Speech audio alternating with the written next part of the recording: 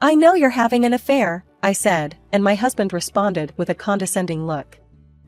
Oh, you knew? She's incredibly cute, unlike you who is worn out and wrinkled. Everything about her is perfect. Perhaps I had shortcomings as a wife, but I had always tried my best to support and serve my husband. And yet, gradually, my heart was filled with hatred towards him. I am Willa, and I'm 57 years old. We've been married for 32 years, and I've been a full-time homemaker all these years. My only daughter, Nayeli, got married a few years ago and now lives in the suburbs with her husband, Colt, who is the same age as her. My relationship with my husband began as an office romance. I started working as a secretary in a company after high school, and my husband was working in the sales department in the same company. He was always confident and highly regarded for his excellent sales performance. At that time, I saw him as a manly and reliable guy. When we announced our marriage, I was mobbed by female employees who looked at me with envy. Currently, my husband holds a managerial position and seems incredibly busy.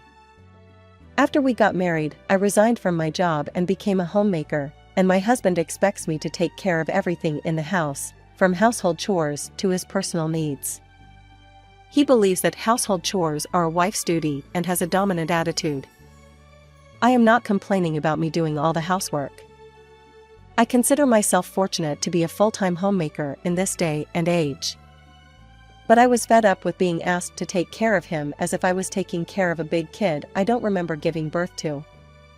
When my husband returned home, the previously tidy room was soon a mess. It was my duty to pick up the clothes he had scattered, organize his personal items strewn on the table, and prepare everything he needed for work the next day.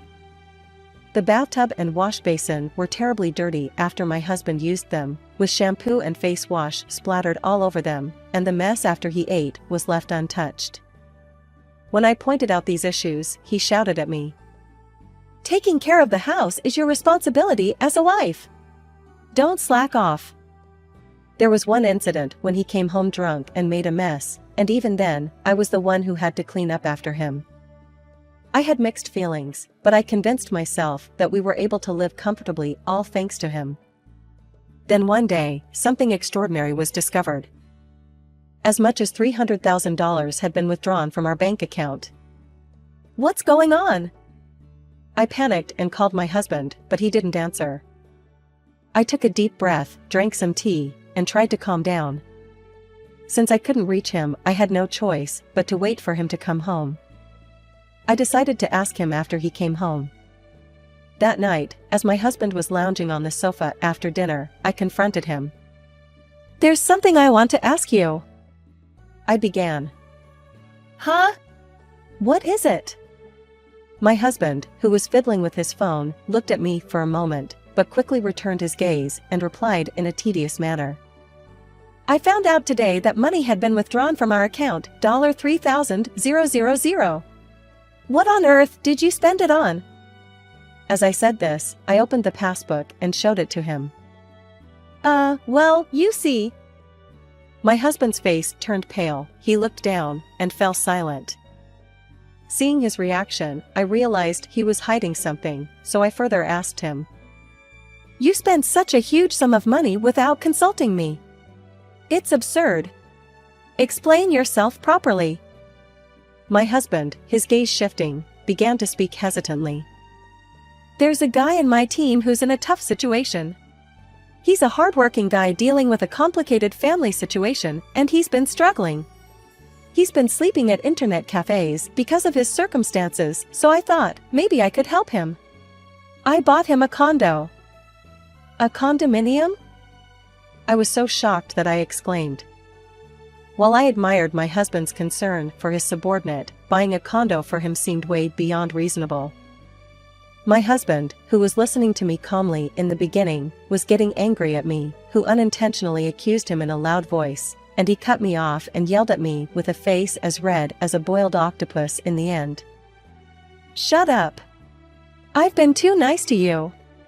Don't get cocky. What's wrong with me spending the money I earn as I please? It's your job as a housewife to manage the household finances. Don't you dare challenge me when you are just a housewife. Although I was infuriated by his words, I felt powerless against his overwhelming force and couldn't say anything. My husband gave me a disdainful look and left the living room. I felt uneasy about my husband's attitude, so I decided to hire a private investigator to look into his affair. The results were as expected. He was deep into it. His affair partner was his subordinate, and she was a young woman not much older than our daughter. The photos showed them enjoying high-end French cuisine together, entering and leaving hotels, and even entering her condo with their bodies close together. I guess the poor subordinate my husband was referring to was her. I had been devoted to my husband and supported him, who was extremely busy with work for more than 30 years, and to be betrayed like this. I was about to explode with emotion, wanting to get a divorce right away, but I reminded myself that I needed to keep my cool and decided to talk to my father for the time being. My family has a history of land ownership, and my father owns multiple properties. My mother passed away when I was a student, leaving my father living alone in our family home. When I went to my family home, my father was always happy to see me and says, "Willa, welcome back." "Dad, I'm back. There's something I'd like to talk to you about today."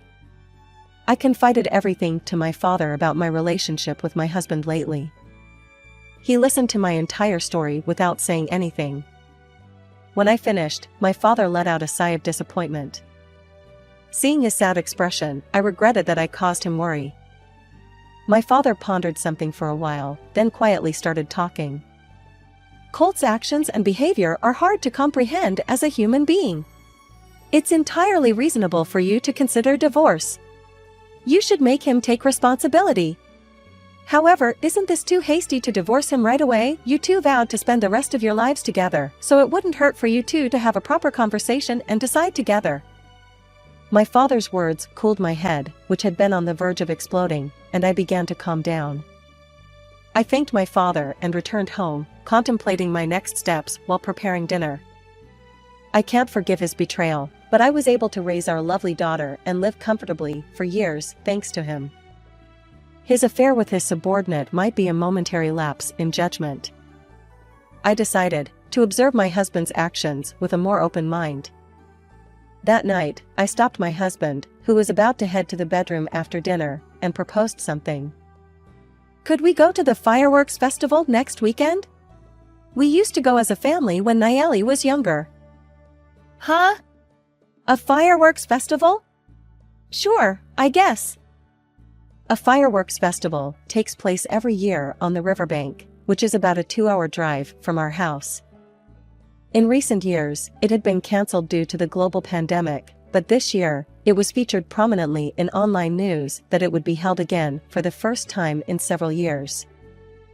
My husband seemed taken aback by my sudden invitation, but without showing any reluctance, he agreed right away. "Great, it's decided, then. I'm looking forward to it." My husband was looking at me with a puzzled expression as I happily smiled, but I didn't mind and headed to the kitchen and started to wash the dishes. Then came the day of the fireworks festival. The venue was in a remote location with few train services, so we headed there by car. "I haven't gone out alone with you in years.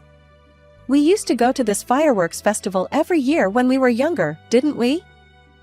I said, trying to sound excited, but my husband just responded with a reluctant nod. Eventually, we entered the parking lot of the venue.